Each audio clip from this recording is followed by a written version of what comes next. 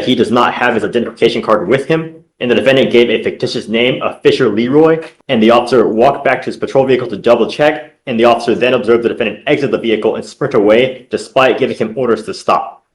Pull a pistol from his waistband and pistol whip him with it multiple times on his head and face area, causing multiple cuts and bruises to his head and face area. As he proceeded to fall down on the ground, he continued to strike him in the head and face area with a closed fist and then stomp on him. Today we've got an entitled brat who is so far gone, it's actually insane. At just 21 years old, his criminal record already looks like he speed ran a crime spree challenge. This kid is out here acting like he's playing GTA in real life. Except now the police aren't NPCs, and they definitely shoot back in paperwork. He really thought he'd just run wild forever and never deal with a judge who's had enough. The confidence these young criminals have is unbelievable, like the world is just one giant side mission for their entertainment. And today, that confidence is about to meet a giant legal brick wall. Is this finally the moment reality punches him in the face harder than he punched his victims?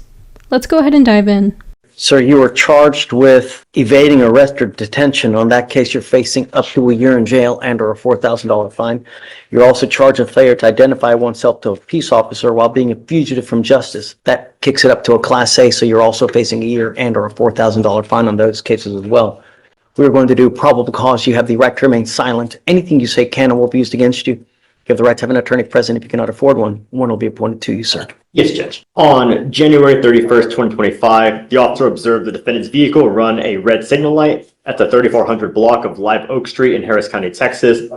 The officer further observed the vehicle completely failed to stop at a red signal light. The officer made contact with the defendant, who was observed to be behind the driver's seat of the vehicle, and the defendant stated that he does not have his identification card with him, and the defendant gave a fictitious name of Fisher Leroy, with date of birth January 1st, 2006.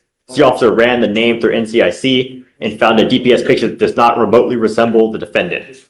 The defendant was asked if he was given the correct information, and the officer walked back to his patrol vehicle to double check, and the officer then observed the defendant exit the vehicle and sprint away despite giving him orders to stop. The officer ran after the defendant and observed the defendant get into another vehicle, the passenger side. The other vehicle drove away, and the officer gave the last direction of travel over the radio, but was not able to locate the vehicle. The officer walked back to the defendant's vehicle, secured it, and conducted an inventory check, finding a debit card inside with the name Kendrick Davis. The officer ran the name through NCIC and found a hit with a date of birth of 2/10/2003 with multiple Class C warrants, and ran a driver's license check with the defendant's picture and with date of birth. The DPS picture matched the defendant, and he was able to positively ID, and that's it, Your Honor. So I'm going to find that there's probable cause to go forward on both of your cases. The reason I'm bringing you out now is because there's no bond that's set on your cases, and we have to set you a bond.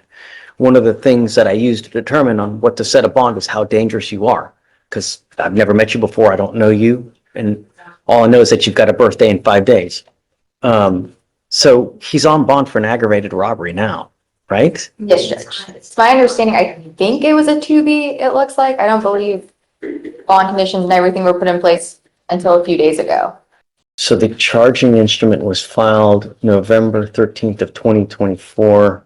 I think that you may well be right. In that case, it says here, a Kendrick Rashard Davis hereinafter saw the defendant heretofore on or about August 12th, 2024 did then and there unlawfully while in the course of committing a theft of property owned by yada yada yada with intent to obtain and maintain control, intentionally and knowingly caused bodily injury to the complaining witness by using and exhibiting a deadly weapon, namely a firearm. Complainant McSweeney advised that defendant Davis proceeded to pull a pistol from his waistband and pistol whip him with it multiple times on his head and face area, causing multiple cuts and bruises to his head and face area.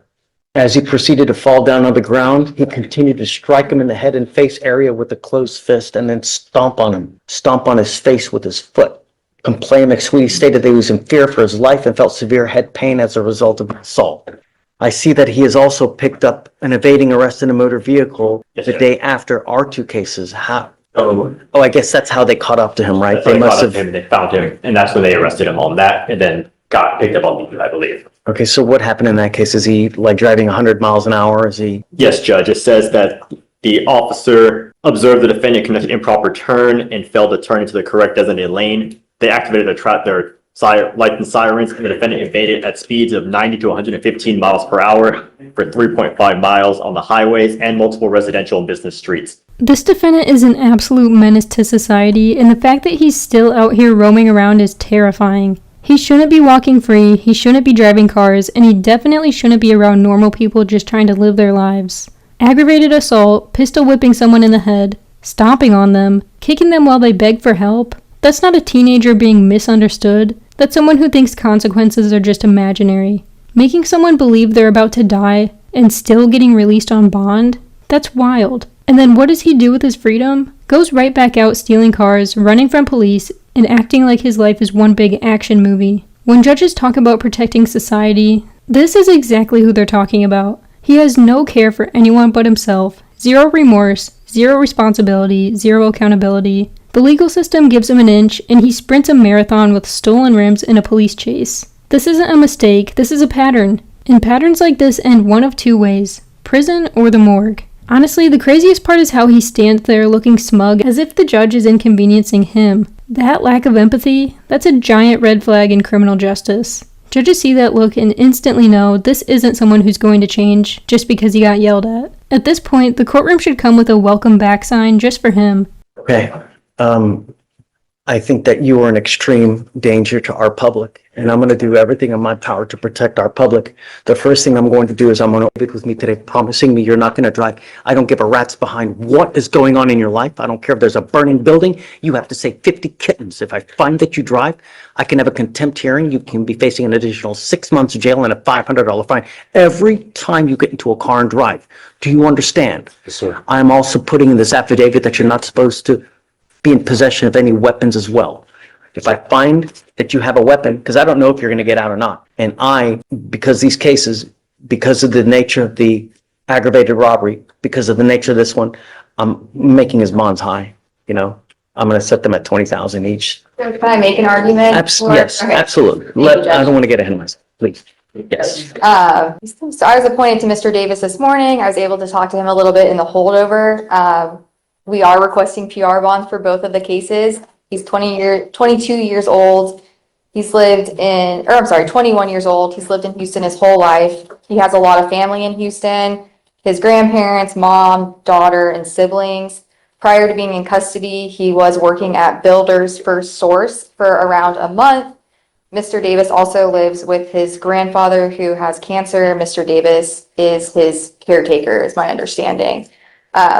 Mr. Davis has no savings and was found to be indigent by the court, so we are requesting a PR bond. I think that he is an absolute, just a complete danger to our public. I can't possibly give him a PR bond due to the nature of both of the charges that you are facing now. I think that you're a flight risk. You've done everything in your power to evade capture. You've produced false names. So I find by clear and convincing evidence that you're an extreme flight risk. You're a danger to our community. And I'm going to set your bonds each at $20,000. I don't know if you're going to be able to post bonds, but and I'm going to order you to obtain a GPS monitor on your ankle. Like I said, you will be signing an affidavit with me today, promising me you're not to be in possession of any weapons and not to drive any vehicle whatsoever for any reason. If you do, I can have a contempt hearing. Do you understand? Yes, sir. So I guess the felonies are set for April 7th. I don't like to set them out too far just in case. If you want to, we can do up to 30 days. It's up to you. That's perfect. And then we'll come back. I don't know. We'll see what circumstances have changed, and then we'll go from there and just keep us in the loop. Okay, thank you. All right. I need you to sign this for me. I need him to sign bond finish with Felicia, and then after that, just bring it done. Okay. Can we excuse? Yes, ma'am. And thank you for everything. How in the world is he only 21 years old and already causing this much chaos? Most 21-year-olds I know are grinding at work, finishing school, or trying to build a future, not speedrunning felony achievements like it's a competition. Is he a lost cause? Or is there actually a chance he wakes up one day and realizes this lifestyle ends in handcuffs, or worse? Because there's absolutely no way he's posting two separate $20,000 bonds. The judge made sure of it, and honestly, thank goodness. He needs to sit in that cell and start thinking about why everyone else is moving forward in life while he keeps getting arrested like it's a tradition. The road he's on doesn't lead anywhere fun, just concrete walls, metal doors, and a number instead of a name. What makes these young offenders so reckless? No fear, no remorse, just destruction. And at some point, society can't keep giving them chances while everyone else suffers. So what do you think? Is this a turning point? Or are we going to see this same kid in another courtroom video a few months from now? Let me know your thoughts down below. Thank you so much for watching. Don't forget to like and subscribe, and I'll catch you in the next one.